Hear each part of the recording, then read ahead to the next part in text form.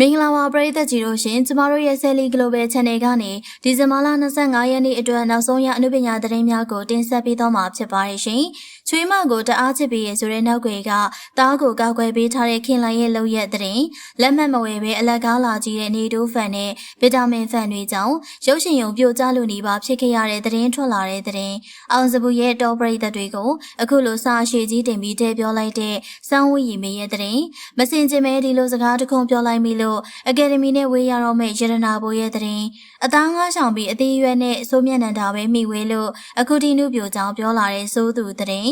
ဟိုတယ်ထဲမှာရန်အောင်နဲ့တခန်းနေနေတဲ့အကြောင်းရင်းကိုပြောလာတဲ့မိသားစုရဲ့သတင်းပဲဖြစ်ပါရဲ့ရှင်ချွေးမကိုတအားချစ်ပေးရဲဆိုတဲ့နောက်ွယ်ကတားကိုကောက်ွယ်ပေးထားတဲ့ခင်လိုင်ရဲ့လုံရက်ပရိသတ်များအားလုံးပဲမင်္ဂလာပါရှင်။လိုင်းပေါ်မှာတားအရင်ဖောက်ပြန်လို့အမွေပြတ်ဆွန့်လွတ်ပြီးချွေးမကိုပဲသမီးအရင်လို့ချစ်ပေးရဲဆိုတဲ့ခင်လိုင်ရဲ့ဗီဒီယိုကအရင်ကနာမည်ကြီးနေတာတွေ့ရမှာပါ။ပုံမှန်ဆိုရင်ခင်လိုင်ကမိသားစုကိစ္စတွေကိုတရားဝင်ချပြလေးမရှိပေမဲ့ခင်လိုင်ရဲ့သမီးဖြစ်သူသဇင်ထူးမြင့်ရဲ့ comment တစ်ခုကနေတစိမ့်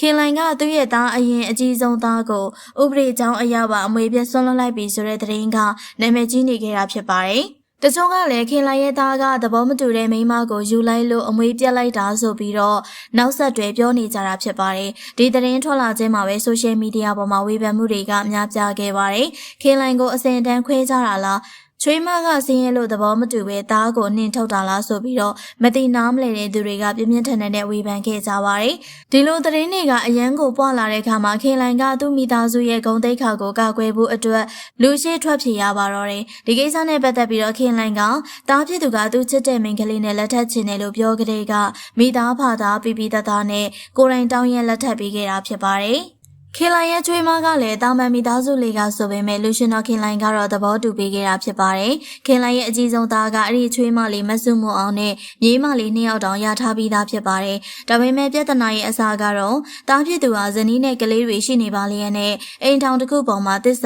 ာမရှိပဲနောက်ထပ်မိန်းကလေးတစ်ယောက်ကိုပါထပ်မံယူခဲ့ရကြောင်းဖခင်ဖြစ်သူခင်လိုင်ကဘလို့မှလက်မခံနိုင်တော့ပဲအမွေပြတ်ဆွန့်လွတ်လိုက်တာ6လခန့်ရှိပြီလို့သိရပါတယ်။ဒါကြောင့်ဖောက်ပြန်တဲ့သားကိုအမွေပြတ်ဆွန့်လွတ်ပြီးတော့ချွေးမနဲ့မြေးတွေကိုအိမ်ပေါ်မှာခေါ်တင်ထားတဲ့ခင်လိုင်ကိုအားလုံးကအကောင်းမြင်ခဲ့ကြပါတယ်။ဒါအပြင်ချွေးမစိတ်ကြည်နဲ့အောင်သားဖြစ်သူကိုဥပဒေကြောင်းအရပါဆွန့်လွတ်ပေးထားတာဖြစ်ကြောင်းပြောဆိုခဲ့ပါသေးတယ်။ဒါကြောင့်ပရိသတ်တွေကခင်လိုင်ကိုမြန်မာလူအဖွဲ့အစည်းမှာတွေ့ရခဲ့တဲ့တကယ်ကိုမွန်မြတ်တဲ့ရောက်ခမကောင်ဖခင်ကောင်စိတ်ဓာတ်ပါပဲ။လူတယောက်ရဲ့တန်ဖိုးကအောင်မြင်မှုတွေပိုင်ဆိုင်မှုတွေထက်သူကဆွဲထားတဲ့ကိုကျင်တရားပေါ်မှာပဲမူတည်တာပါ။ကြောသားရင်သားမခွဲကြပဲမွေးထားတဲ့သားကိုစွန့်လွတ်ရတာလေးစားစရာပါလို့မှတ်ချက်တွေရေးခဲ့ကြပါတယ်။အဲ့ဒီနောက်ပိုင်းမှာလည်းခင်လိုင်ကိုတာမန်အနုပညာရှင်တယောက်ဟာတာလူရှင်တော်တယောက်ထပ်ပို့ပြီးတော့လေးစားစရာကောင်းတဲ့ဖခင်ကြီးတယောက်ဖြစ်နေရှုမြင်လာကြပြီဖြစ်ပါတယ်။ဒါပေမဲ့တချို့ပရိသတ်တွေကတော့ခင်ဗျားတို့ကလူလဲပတ်ကားကြီးကိုမှအတင်းမြောက်ပေးနေကြတာကိုခင်လိုင်ရဲ့သားကပေါ်ရင်ကြီးနောက်မင်းမယူထားတာလက်ရှိမယားကြီးနဲ့အမျိုးစုတွေကတလင်တမယားနဲ့ထဆွဲရင်1900နှစ်ကြာတယ်ခင်လိုင်ကသားကိုတားမရတော့အမွေပြတ်ဆွန့်လွတ်တယ်ဘာညာဆိုပြီးချွေးမကိုဝမ်းချထားတာအဲ့ဒါကိုအကြောင်းမသိပဲတအားဖခင်ကြီးလုံနေတယ်လို့ပြောဆိုခဲ့ကြပါတယ်ပရိသတ်ကြီးတို့ရောချွေးမကိုတအားချစ်ပြီးရဆိုတဲ့နောက်ွယ်ကသားကိုကောက်ွယ်ပေးထားတဲ့ခင်လိုင်ရဲ့လုံရက်ပေါ်မှာဘယ်လိုထင်ကြပါသလဲနော်ပရိသတ်တို့ရဲ့အမြင်ကိုမှတ်ချက်ပေးခဲ့ပါအောင်ရှင်အားလုံးကိုကျေးဇူးတင်ပါတယ်ရှင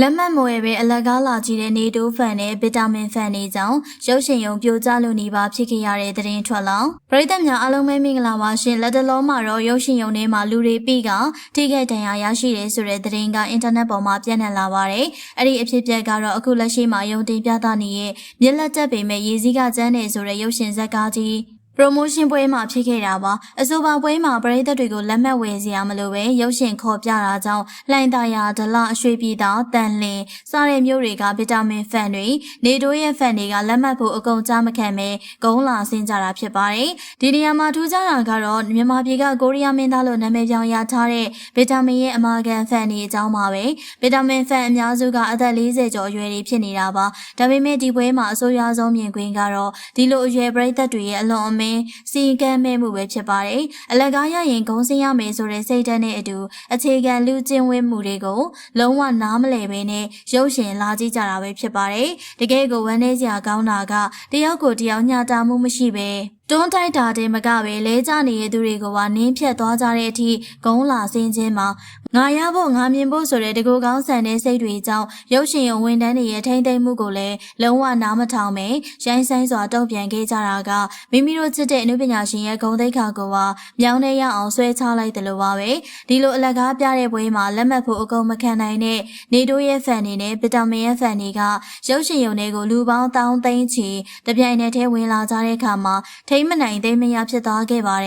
်လူအကြီးကပိတ်မိပြီးတော့အသက်ရှူရကြက်တာတွေလေကားတွေမှာလူပြီးပြီးတော့ထိခိုက်ဒဏ်ရာရတာတွေဖြစ်ခဲ့သလိုအထက်ရောက်တဲ့အခါမှာလည်းရုပ်ရှင်ခုံနေရလူရင်းနဲ့အမျိုးသမီးတွေအချင်းချင်းစော်ကြနှက်ကြနဲ့ရံပွဲတွေပုတ်ပွက်ညံခဲ့တာပါဒီမြင်ကွင်းတွေကိုကြည့်ပြီးတော့လူတော်တော်များများကတော့စိတ်ပြက်လက်ပြက်ဖြစ်ခဲ့ကြရပါတယ်ဒီဖြစ်ရဲ့ပုံမှာဝေဖန်သူတွေကတော့နောက်ဆိုရင်ဒီလိုမျိုးစည်းကမ်းမရှိတဲ့သူတွေကိုရုပ်ရှင်အလကားမပြသင့်တော့ဘူးလို့အပြင်းထန်အကြံပေးနေကြပါတယ်အနုပညာရှင်ကိုချစ်တာကောင်းပေမဲ့မိမိရဲ့ဂုဏ်သိက္ခာကိုငဲ့ကြဖို့နဲ့အခုလိုမျိုးမရင်ကျေးတဲ့အပြုအမူတွေကြောင့်တစ်ဖက်သားကိုမထိခိုက်ဖို့လိုအပ်ပါတယ်အလကားရလို့ဂုဏ်စင်ကြတဲ့ဖန်တွေကြောင့်ရုပ်ရှင်ရုံလည်းပြက်စီ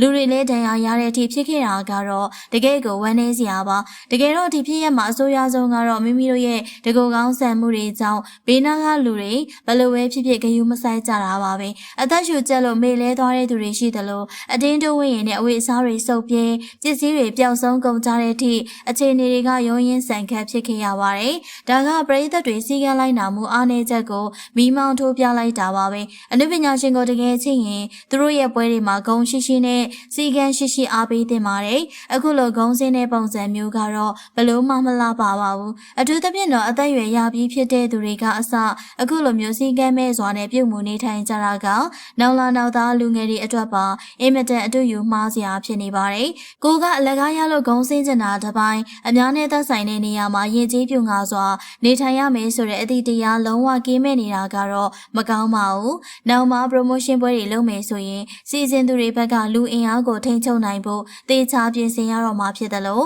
ပရိသတ်တွေဘက်ကလည်းအခြေခံလူမှုကျင့်ဝတ်တွေကိုလေးစားလိုက်နာဖို့အထူးလိုအပ်နေပါပြီကဲပရိသတ်ကြီးအခုလိုမျိုးရုပ်ရှင်ရုံပြိုကျလို့နေပါဖြစ်ခဲ့ရတဲ့အထိအလူရအားပေးခဲ့ကြတဲ့နေတိုးရဲ့ဖန်တွေနဲ့ဗီတာမင်ရဲ့ဖန်တွေရဲ့စီကဲမဲ့တဲ့လုပ်ရက်တွေပေါ်မှာဘယ်လိုမြင်ကြသလဲနောက်ဆိုရင်ရောရုပ်ရှင်တွေကိုအခုလိုမျိုးအလကားပြတဲ့စနစ်ကိုဆက်ပြီးတော့ထားတင်တယ်လို့ထင်ပါသလားမိမိတို့ရဲ့အမြင်လေးကိုမှတ်ချက်ပေးခဲ့ပါအောင်ရှင်ကြည့်ရှုပေးခဲ့ကြတဲ့အတွက်ပရိသတ်များအားလုံးကိုကျေးဇူးတင်ပါတယ်ရှင်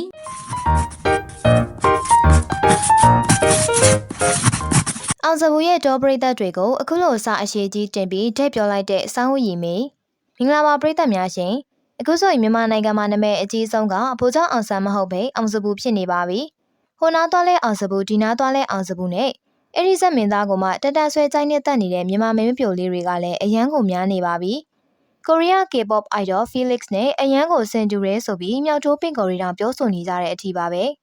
တူလားမတူလားဆိုတာကတော့ပရိသတ်ကြီးတို့ရဲ့မျက်လုံးနဲ့သာနှိုင်းယှဉ်ကြည့်လိုက်ကြပါအောင်စပူဆိုတာကတော့ဇက်တပင်ကိုအရန်ချစ်မြတ်နိုးပြီးအလုပ်ကြိုးစားတဲ့လူငယ်လေးတဦးလို့ပြောရပါလိမ့်မယ်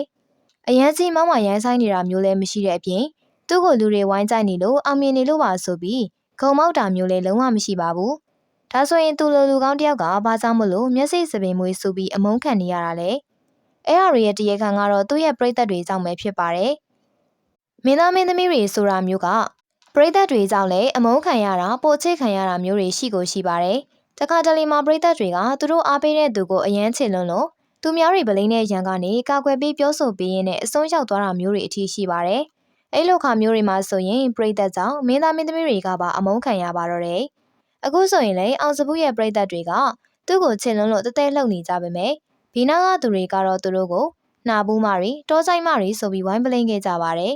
အဲ့လိုမျိုးပွဲတွေဖြစ်နေတာနဲ့ပတ်သက်လို့စောင်းဝီမီကသူမရဲ့ဆိုရှယ်မီဒီယာအကောင့်မှာစာအရှိကြီးတစ်ခုတင်ပြီးတော့အခုလိုပဲပြောပြလာပါတယ်။ဘာလဲဆိုရင်တော့အောင်စပူဖန်တွေကိုသူမကလုံးဝအပြစ်မမြင်ကြောင်းနဲ့သူမဆိုရင်လည်းငယ်စဉ်အခါတုန်းကဇမင်းသားဖိုးချိကိုတက်တန်းဆွဲယူလာအောင်ကြိုက်ခဲ့ပူကြောင်းနဲ့ရင်ဖွင့်ပြောပြလာတာပါ။ငယ်ငယ်တုန်းကဆိုရင်သူညမလေးရဲ့နှစ်ယောက်ကထွက်ထားသမျှဖိုးချိအခွေတွေအားလုံးကိုဆိုင်ကနေဝယ်ယူပြီးတော့ထက်ကပြန်ရေးကြည့်ကြကြောင်းနဲ့ဖိုးချိရဲ့ပိုစတာတွေကိုတွေ့ပြီးဆိုရင်လေရောက်ရရက်ကနေရတယ်လို့ပုံစံမျိုးနဲ့တောင်းယူကြကြောင်းကိုပြန်လည်ပြီးတော့ပြောပြလာတာပါ။ဒါကြောင့်မလို့အခုလူတွေကမြမဆက်တပင်နဲ့ဆံမင်းသားတွေကိုပြန်လည်နှစ်သက်လာကြတာနဲ့ပတ်သက်လို့သူမအရန်ကိုဝမ်းသာပါတယ်ဆိုပြီးတော့ပြောဆိုရင်းနဲ့အောင်စပူရဲ့ဖန်လေးတွေကိုလည်းသဘောကျကြောင်းပြောသွားခဲ့တာဖြစ်ပါတယ်။ အခုကြည့်နေကြတဲ့သူတွေထဲမှာရောအောင်စပူရဲ့ဖန်တွေရှိကြလားနော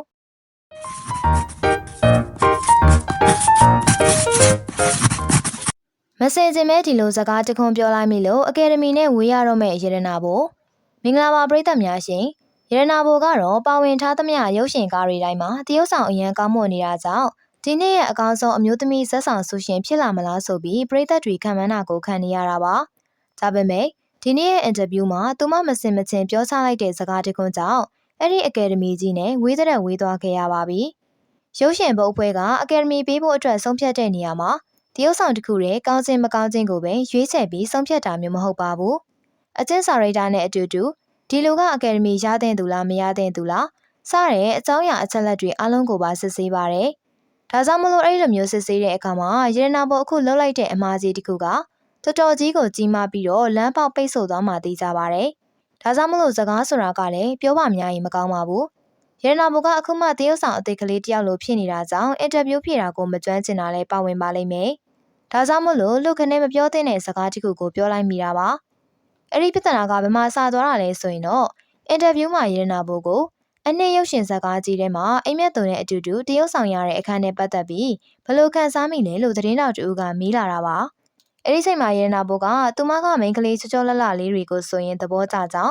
းပါးလေးကင်စပင်းလေးကင်လောက်ရတာကိုအသေးရကြောင်းနောက်ထပ်အခွင့်အရေးတွေရှိလာမယ်ဆိုရင်လေ GL LGBT ဇာတ်ကားလေးတွေရိုက်ကူးချင်ပါတယ်ဆိုတဲ့အကြောင်းကိုပြပြလာပါတယ်အဲ့ဒီအချိန်အထိကတော့အဆင်ပြေနေသေးပေမဲ့သူမကမမျက်လေးနဲ့အနှစ်ကားထဲမှာတရုတ်ဆောင်ခဲ့စဉ်အခါတုန်းကပြောခဲ့ရတဲ့ dialogue တွေကိုအနည်းလေးရှက်မိကြောင်းခေါင်းတွေလည်းချူပူပြီးတော့ပြန်ကြည့်လိုက်တဲ့အခါတိုင်းမှာတမျိုးကြီးဖြစ်သွားကြောင်းကိုပြောမိသွားတာပါသူမကတော့သဘောရိုးနဲ့ရှက်တာကိုရှက်ကြောင်းပြောလိုက်ပေမဲ့လေဒါဆိုရင် LGBT လူရန်စားတွေကိုရှက်စရာကောင်းတယ်လို့ရှုတ်ချခဲ့ရလိုက်တဲ့ပုံစံမျိုးဖြစ်သွားပါတယ်သူကတော့အသေးရပြီးရှက်တယ်ဆိုတဲ့သဘောကိုပြောပေမဲ့လူတွေအားလုံးကသူမကိုအမြင်ဆောင်သွားခဲ့ကြတာပါဒါကြောင့်မလို့အပြောမတက်တော့အစဲသလိုဖြစ်သွားတယ်ဆိုတဲ့စကားအတိုင်းပါပဲပရိသတ်ကြီးတို့ရောဒါနဲ့ပတ်သက်ပြီးဘယ်လိုများတွေးမိကြပါသလဲနော်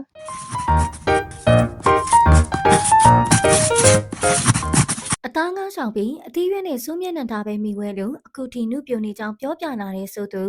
မင်္ဂလာပါပရိသတ်များရှင်ဆိုသူကတော့အသက်60ရောက်နေတာတော့အဖိုးကြီးတယောက်လိုမထင်ရပဲနဲ့အသက်30ရွယ်လူပြိုလူလက်တယောက်လိုမျိုးနုပြိုနေတာကတော့အမှန်ပါပဲမြန်မာနိုင်ငံမှာအလုပ်ကျန်းမလုပ်ဘဲနဲ့နိုင်ငံခြားမှာအညွန့်သားအကော့သားနေရလို့အဲ့လိုမျိုးနုပြိုနေနိုင်တာပါလို့မပြောလိုက်ပါနဲ့နိုင်ငံခြားမှာနေပြီးရှင်ရင်ဆွဲအသက်ထန်10နှစ်လောက်ကြီးတယ်လို့ထင်နေရတဲ့သူတွေတပုံကြီးပါစိုးသူကကော့ကော့ကြော့ကြော့လေးနေရလို့စိတ်ချမ်းသာလို့ငယ်ရွယ်နှုတ်ပြနေတာထက်သူမလျှို့ဝှက်ချက်တစ်ခုရှိနေလို့ပါအဲ့ဒါကတော့တချို့ပြိတ္တတွေနဲ့သိထားပြီးဖြစ်မှာပါဟုတ်ပါတယ်စိုးသူကအသားငါလုံးဝရှောင်ပါတယ်သူဟာဆိုရင်အသီးရွက်ကိုပဲစားတာပါတချို့ကတော့အသားငါတွေကိုထိုက်တဲ့လောက်စားမှသာလေပရိုတင်းဓာတ်အသားဓာတ်ကျွမ်းသွားပြီးခန္ဓာကိုယ်ကကျန်းမာတန်ဆွမ်းကနှုတ်ပြနေမှဖြစ်တယ်အသီးရွက်တွေကိုပဲစားနေလို့ကတော့အာဟာရမဖြစ်ဘဲနဲ့ပိုပြီးတော့ပိန်ချုံသွားအောင်မယ်လို့ဝေဖန်ကြတဲ့သူတွေလည်းရှိပါတယ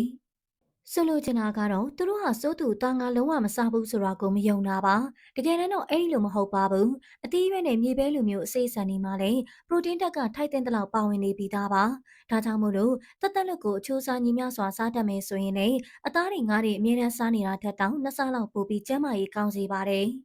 စိုးသူကိုပြင်မာတွေ့တဲ့ပြိတ္တတွေဟာဆိုရင်အသက်60လို့မထင်ရတော့တဲ့အထိနှုတ်ပြိုနေတာကြောင့်ယောက်ျားလေးဖြစ်ဖြစ်မိန်းကလေးဖြစ်ဖြစ်နှခါပြန်ပြီးတော့ငေးကြည့်မိတယ်လို့ပြောလာကြပါတယ်။အဲ့ဒါကလည်းတက်တက်လို့စားသုံးခြင်းရဲ့အကျိုးကျေးဇူးတွေလို့ပြောရမှာပါ။ဒါပြင်အဲ့ဒီလိုမျိုးနှုတ်ပြိုဖို့အတွက်စိုးသူမိဝဲတဲ့အရာကနောက်တစ်ခုရှိနေပါသေးတယ်။အဲ့ဒါကတော့စိုးမျက်နှာထားပါ။တနိုင်ငံလုံးကတော့ထမင်းနဲ့ရှိပဲလို့ပြောနေကြပေမဲ့စိုးသူကတော့ထမင်းနဲ့စိုးမျက်နှာထားပဲဆိုပြီးအရှုံးပေါက်ပြောဆိုခဲ့ပါသေးတယ်။ဒါကြောင့်မို့လို့ပြိတ္တတွေကအခုဆိုရင်စိုးသူနှုတ်ပြိုနေတာကအသားငါးဆောင်လူတစ်ခုတည်းမဟုတ်ဘဲနဲ့အတီးရွက်နဲ့အတူတူစိုးမျက်နှာကိုပါမှီဝဲလို့ဖြစ်တယ်ဆိုပြီးဟာတာအနေနဲ့လိုက်စနေကြတာပါဒါကြောင့်မို့လို့ပဲစိုးမျက်နှာကသူ့ရဲ့ယောက်ျားကိုတန်တန်ဆွဲမျက်စိအောက်ကအပြောင်မခံငုံထားမတက်ချင်နေတာဖြစ်ပါလိမ့်မယ်နော်ပရိသတ်ကြီးတို့ရောစိုးသူရဲ့နှုတ်ပြိုနေတဲ့ခုလိုလျှို့ဝှက်ချက်နဲ့ပတ်သက်လို့ဘယ်လိုများထင်မြင်မိကြပါသလဲရှင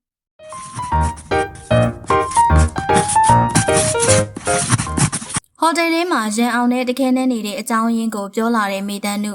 အင်တာနက်ပေါ်မှာချစ်သူတွေဖြစ်နေကြပြီဆိုပြီးလူပြောများနေတာကတော့ရန်အောင်နဲ့မေတန်းနုပါဒါကလည်းမေတန်းနုနဲ့ရန်အောင်ကဟိုတယ်အခန်းတစ်ခုထဲမှာတစ်တော့အတူတူရိုက်ကြလို့ဖြစ်ပါတယ်အားလုံးသိကြတဲ့အတိုင်းပဲရန်အောင်ကတော့မိန်းမမယူတဲ့လူပြိုကြီးပါ တခြားတစ်ဖက်မှာတော့မေတန်းတို့ကလည်းခင်မွန်းတဲ့ဇီယောမောင်မောင်နဲ့ကွာရှင်းအပြီးမှာဆင်ကေဖြစ်နေတာဖြစ်ပါတယ်။ဒီလိုအဖော်မရှိကြတဲ့ထိတ်တဲမင်းသားမင်းသမီးနှစ်ယောက်ကသွားအတူလာအတူစားအတူတခဲနဲ့အတူတူမို့ကြိုက်နေကြတာလားဆိုပြီးတော့ထင်ကြီးပေးကြတာဖြစ်ပါတယ်။ဒါအပြင်မေတန်းတို့နဲ့ရန်အောင်ဆိုတာကအနုပညာလောကတွေကိုစဝင်ကလေးကအတူတူတွဲပြီးတော့တရုပ်ဆောင်ကြတာပါ။ဒါကြောင့်လေသူတို့နှစ်ယောက်ကအသက်ကြီးမှချစ်သူတွေဖြစ်နေတာလား living together နေကြတာလားဆိုပြီးတော့ထင်ကြီးပေးနေကြတာဖြစ်ပါတယ်။အခုတစ်ခါမှာတော့ဒီလိုမျိုးပရိသတ်တွေကအထင်လွဲကြတဲ့ပုံမှာမေတန်းတို့ကပြန်လည်ခြေပလာပါပြီ။မေတန်းတို့ကသူမနဲ့မင်းသားအကယ်ဒမီရန်အောင်ဆိုတာကငယ်စဉ်ကတည်းကပြောမနာဆိုမနာတငယ်ချင်းအရင်ဖြစ်ပြီးတော့အဲ့ဒီလေအတူတူဖြစ်ကြောင်းရန်အောင်ကကိုယ့်ရဲ့သွေးသားရင်မောင်နှမတန်ရောစင်တာရှိတာဖြစ်ကြောင်းဟိုတယ်တွေမှာအတူတူနေတယ်ဆိုတာက